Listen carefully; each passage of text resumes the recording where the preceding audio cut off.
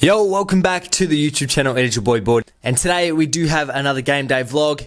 We do only have 4 more games left of the home and away season, so please, if you haven't already, leave a like on this video and subscribe. Now this weekend we do play Hayfield out at Hayfield. The last time we did match up against Hayfield was in round 4, and we did play them at home. We were lucky enough to get up by 4 goals in the end, but it was a hard fought match. Now, leading into this game, there's a lot on the line. So both teams are equal on 32 points apiece. Hayfield are currently sitting in at 4th, and we are at 5th based on percentage.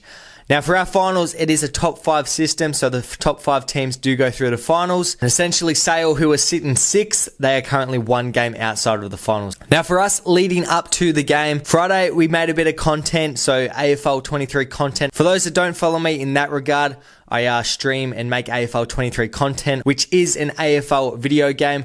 Essentially, a pro team or ultimate team mode did come out, so we worked on making videos for that.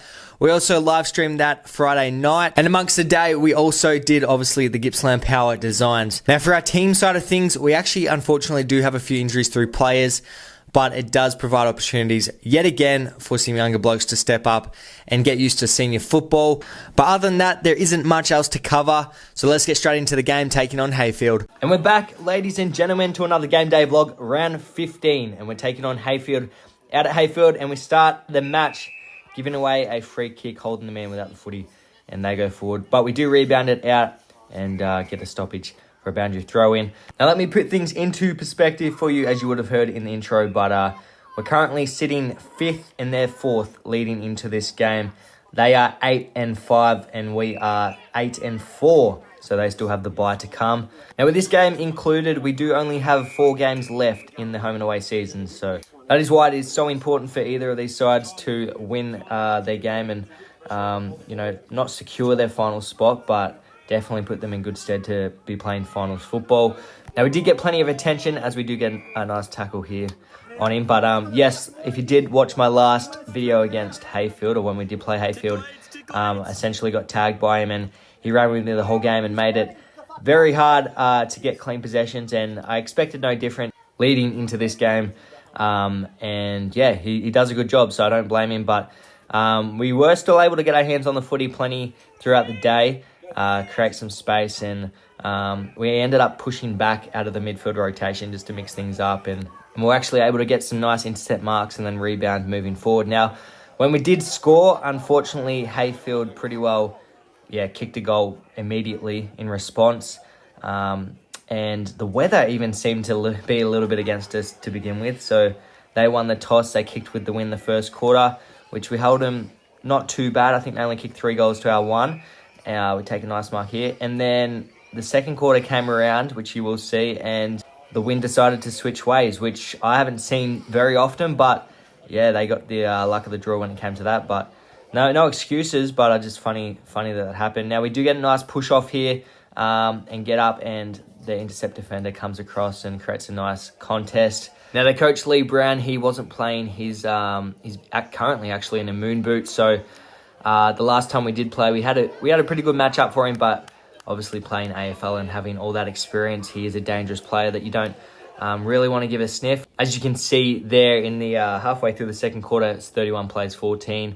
Now Hayfield's ground was actually in pretty good condition, so they haven't been training on it in the past 3 weeks just to keep it in pretty good nick. And in fairness to them, they've done a really good job of it. A lot of the grounds around the league are in a bit of shambles with the wet weather that we have had. So it was actually nice to play on a good deck. But yeah, in saying that, we did experience a lot of, I suppose, Victorian weather where we have 4 seasons in one day, and we had that within the whole game. So it started off sunny, windy, and then it decided to rain, and then it even got heavier. And by the end of the game, it was just muddy conditions. So we get a nice, actually we're in pretty good position here.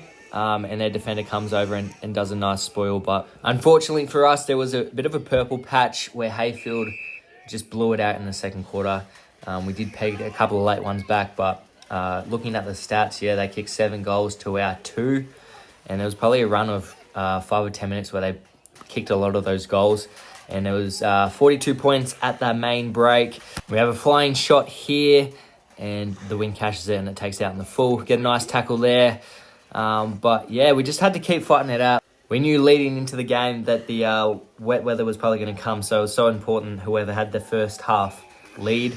And, you know, if you could get that lead, then hopefully you could lock it down in the wet conditions and just make a bit of a dogfight and just contested footy. But unfortunately for us, we didn't have ourselves in that position, and we were the ones trying to chase the scoreboard back. Now, leading into this weekend or the game, we already had a few boys out with injury, season-ending injuries, as well as other work commitments, and we had a few boys coming into the game with not injuries, but definitely awareness or where they've come back maybe a little bit too soon. And right before the game, we had another one of our players, unfortunately, do a little bit of damage in the warm-up. So we had a late in with one of our thirds boys coming in. So a big thank you to him for stepping up. But now here we got a free kick. And as soon as I picked the ball up and went back, I thought, I'm just going to have a shot on it. Nothing else is working. So we're just going to put a shot up, and it drifted back beautifully in the wind. And one of the opposition players, extended family, he was giving me a bit of stick with the camera work there, as you would have seen, which was a good laugh. But yeah, after half-time, there was essentially a total of 7 goals kicked between both teams, so the scoring did dry up a little bit, mostly due to the conditions being so wet and slippery and just contested football. Personally, we're still able to be pretty clean with it. We did end up having a few injuries, so our bench rotations did go down, and hopefully it won't be too bad leading forward, or they might miss a few weeks, I'm not sure yet. But yeah, that's probably the last thing we need is more and more injuries.